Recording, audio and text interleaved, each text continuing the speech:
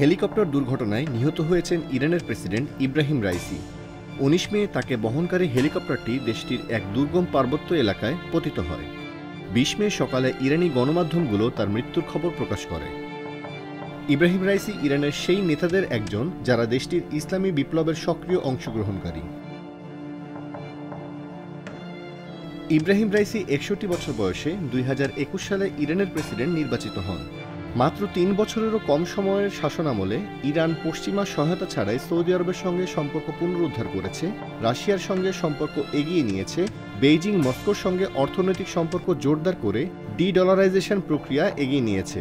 এছাড়া তার শাসনামলে ইরান ব্রিক্সে যোগ দিয়েছে।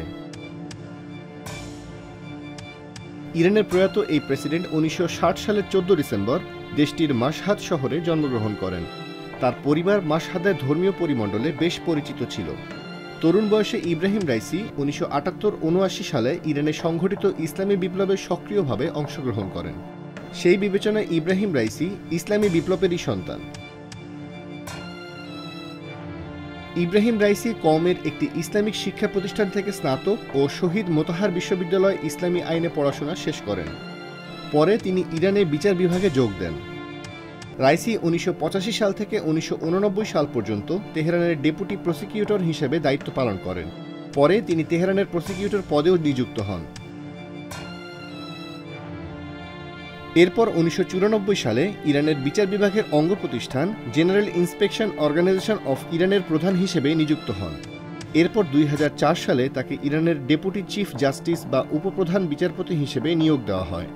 এরপর ২০১২ থেকে ২০২১ সাল পর্যন্ত ইব্রাহিম রাইসি ইরানের ধর্মীয় নেতাদের বিশেষ আদালতে প্রসিকিউটর জেনারেল হিসেবে দায়িত্ব পালন করেন।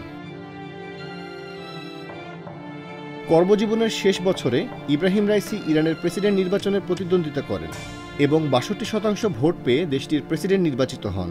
তার শাসনামলে চীন, রাশিয়া, সৌদি আরব সহ বিশ্বের বিভিন্ন দেশের সঙ্গে সম্পর্ক উন্নয়ন করে তেহরান। ইসরায়েলে আলোচিত ইরানি হামলার সময়ও প্রেসিডেন্ট ছিলেন তিনি।